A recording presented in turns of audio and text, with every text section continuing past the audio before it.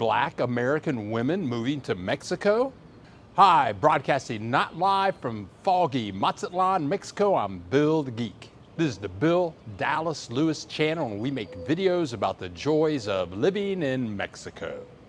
Today we introduce to you the fabulous Teri Dawn Marshall. She has a lot to say about planning her trip to Mexico. This is the first of many videos with Teri Dawn Marshall.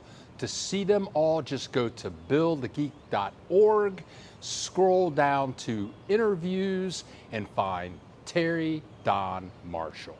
Ms. Marshall has a special informational tip for you, and we will give that to you at the very end of the video. It's a link that she provided to me.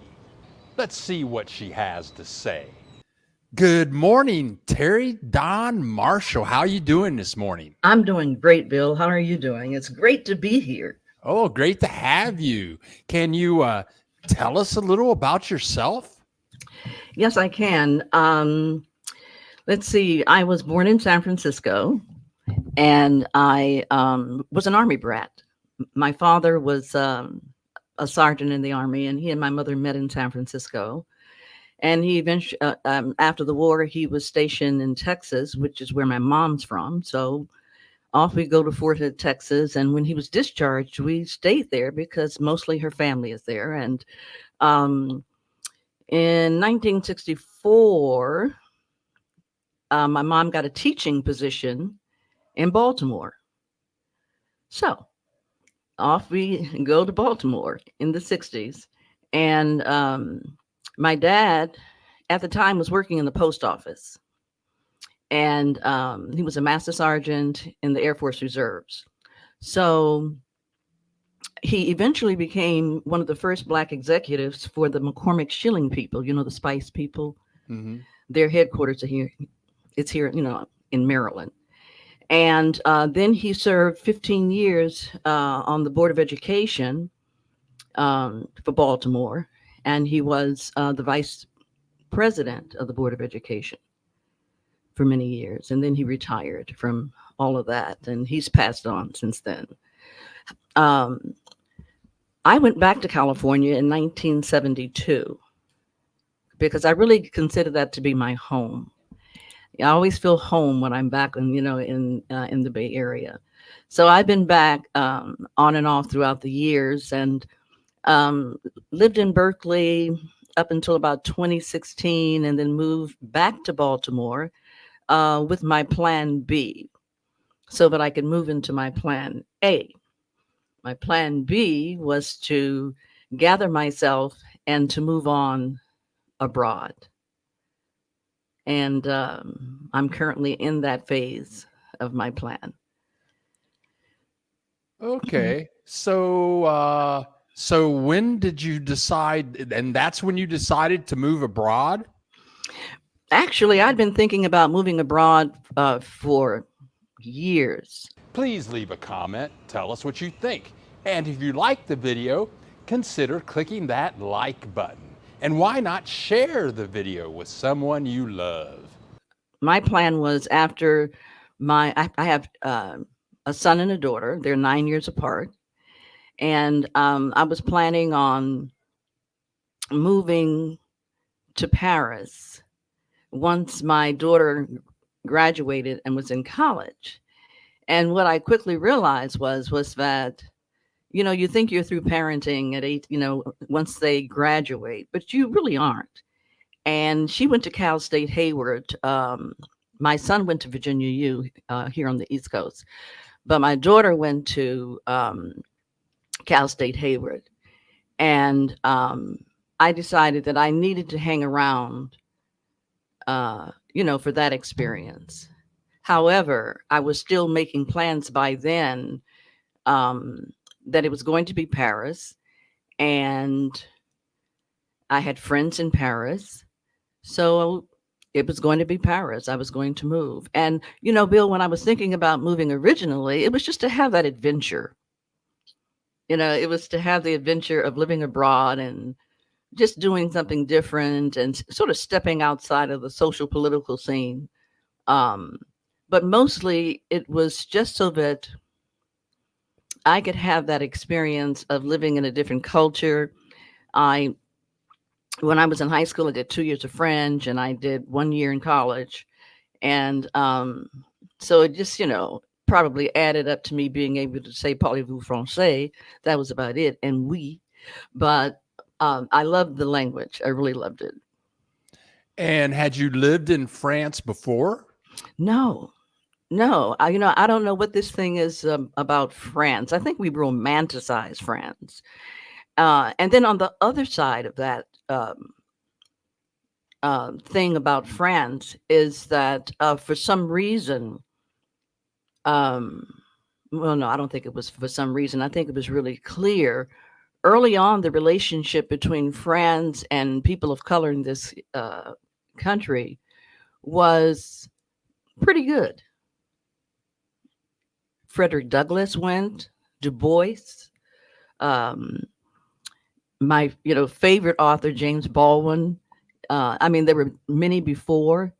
Um, Went to France, and they were able to come into a fuller expression of themselves. And I don't even know if that was on my mind when I was making that decision, let's say back in the 70s, because that's when I first started thinking about moving out of the country. Um, yeah, it was in the 70s. Okay, and have you ever lived abroad? Never lived abroad. Oh, okay. So you've been thinking about moving to France and fantasizing about France and all the famous people that went to France. But why are you focusing now on Mexico? We have a brand new Facebook group, and you can find a link to it in the description below. It's called something like Expats in Mexico. Bill, Dallas, Lewis, come and share your photos, your videos, and your stories about the joys of living in Mexico. That's a great question. And I think it has a lot to do with um, well, okay, I'll just answer the question. One day I'm sitting at my desk at home in Berkeley, and I don't know what I was working on, but I wasn't thinking about moving abroad. I was just sitting at my desk, maybe, I don't know what I was doing, getting ready for a client. But I get this intuitive hit, and it's like a mental telepathic hit. When you kind of hear this information coming through, and what I was getting was, and this is how it came to me. Oh, and by the way, I'm going to preface this by saying that I'm a spiritual development teacher. I'm very, very, very, very, very much on that vibe. So when I answer questions and when I speak, I sort of, stay on my path, right? So, uh, so anyway, and I talk from that level of consciousness. Maybe that's what I wanted to say. So I'm sitting there, and then I get this message: we know that you want to go to Paris. However, you might want to take a look at Mexico. Now, when I get that, I literally turn around like this. Mexico, never been on my mind, never on my radar. And I asked the question, mental telepathically, why Mexico? And the response I get back is because you need to go somewhere where people treat each other kindly when the lights go out. And so with my flippant personality, I just kind of, shot back, well, don't the lights go out in Mexico? And I get back, yeah, quite often. However, you need to go somewhere where people take good care of each other when the lights go out. Now, Bill, at that particular point in time in my development, um, I had no problem following um, spiritual directives. So I immediately pulled up YouTube, typed in Mexico, and started watching videos on living in Mexico immediately. That was 2015. That was 2015. And here we are in 2024, and this is the year that I'm making my move to Mexico. And as I began to explore the idea of living in Mexico, something happened. I noticed during COVID, quite a few people of color were moving to Mexico.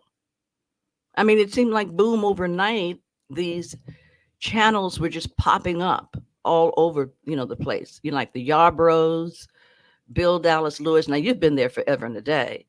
Um, but there were, 4 or 5 of I would say 4 or 5 YouTube channels of people of color, African Americans, who had moved on from the state. So you had people in Lisbon, you had quite a few people here in Mexico, you had people going to South Africa, to West Africa.